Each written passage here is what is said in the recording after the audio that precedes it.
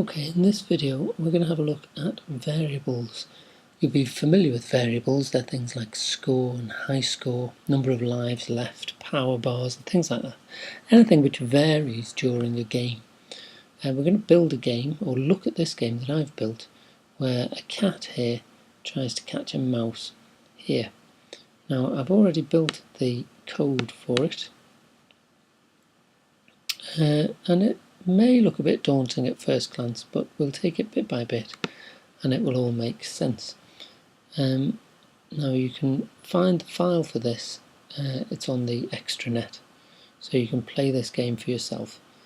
And what we've got here is, when the green flag is clicked, we're going to set all of our variables to their starting values. So set mice to 3, set the score to 0, set the high score to 0, and then we're going to tell the cat to go to its starting position and point in the right direction, just like we have done in previous tutorials.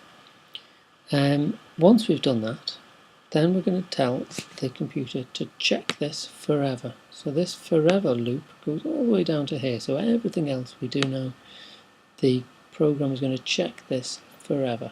So the first thing it's going to check, first thing it's going to do is change the score by 1.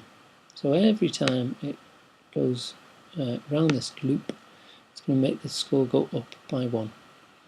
Then it is going to do the simple direction commands. So if the left arrow is pressed, it's going to turn that way. If the right arrow is pressed, it's going to turn that way.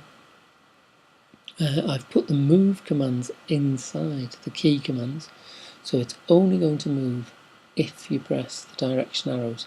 That makes the cat's movement a bit jerky and a bit harder to control. You can't just point him at the mouse and watch him glide towards his prey. The third thing we've got here is if he's touching sprite 3. This here is sprite 3.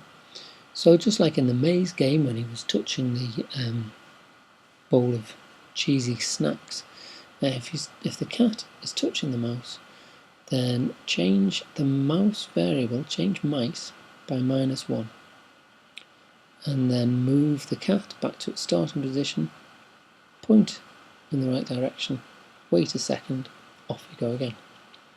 We also wanted to check if mice has got down to 0. If the value of mice is now 0, that means he's eaten 3 mice and the game's over. If the game is over, there's 2 things we need to check. First of all, is the score lower than the high score?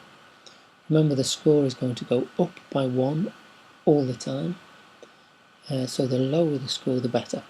So is the score lower than the high score? If it is, put a message on the screen, well done, that's the new high score. Put that there for 2 seconds, wait a second, go back to the beginning, point in that direction, and we're away again.